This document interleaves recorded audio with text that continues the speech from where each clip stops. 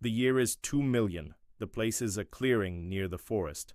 A small group of 10 to 12 Homo Habilis are picking fruits with stones. Some are trying to catch small fish with sticks. They don't have any particular goal, they just exist here. Their lives are simple. They dig up roots to eat, collect berries and fruits, crack the bones of small animals, to get to the marrow inside. But just a few steps away from them, something else is going on. A huge predator silently observes our primitive friends. It's been watching them for a long time, waiting for the right moment to make a move. It's an ambush predator, a master of its craft.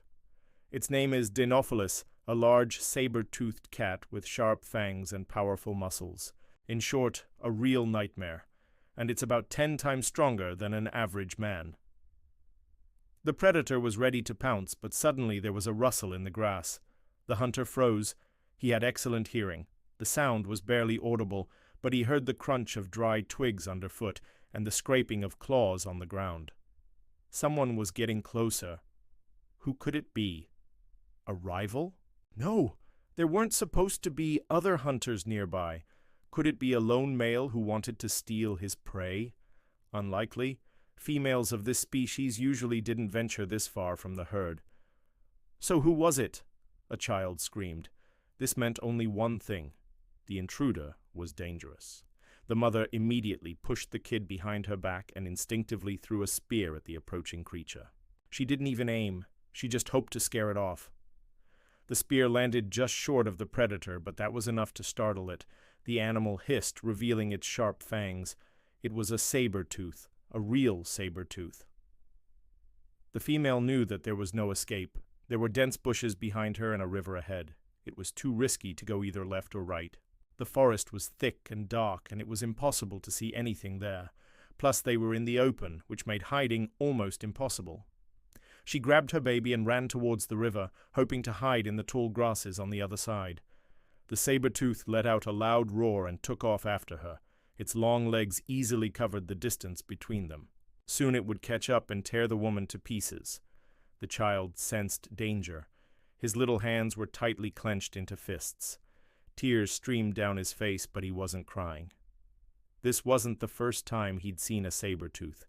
His father had told him many stories about these beasts, how they could smell fear and blood from afar, and how they always chose the weakest prey. The mother ran desperately, but there was no way out. The predator was gaining on her. Suddenly she tripped over a tree root and fell. The child screamed. It was now or never. The mother picked herself up and pushed the child toward the bushes. She didn't have time to think about what a cub could do hiding in the bushes, but she had no other choice. She had to save her baby, even if it meant sacrificing herself.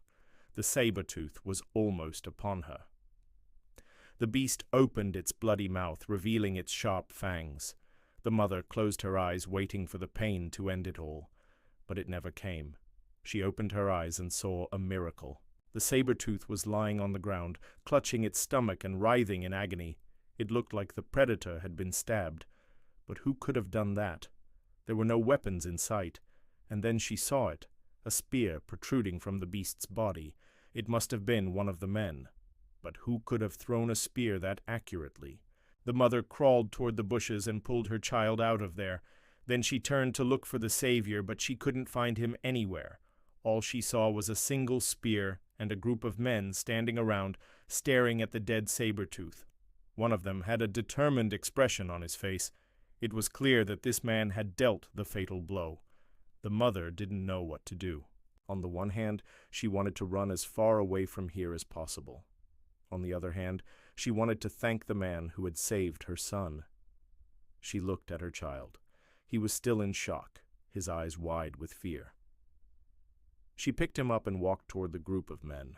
As she did, she noticed that one of them was missing an arm, most likely the one who had saved their lives.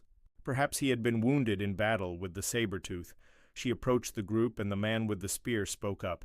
He gestured to the corpse of the saber-tooth and then at them, asking if they were all right. The mother nodded and smiled, realizing that they had survived a terrible ordeal only thanks to the bravery of this man.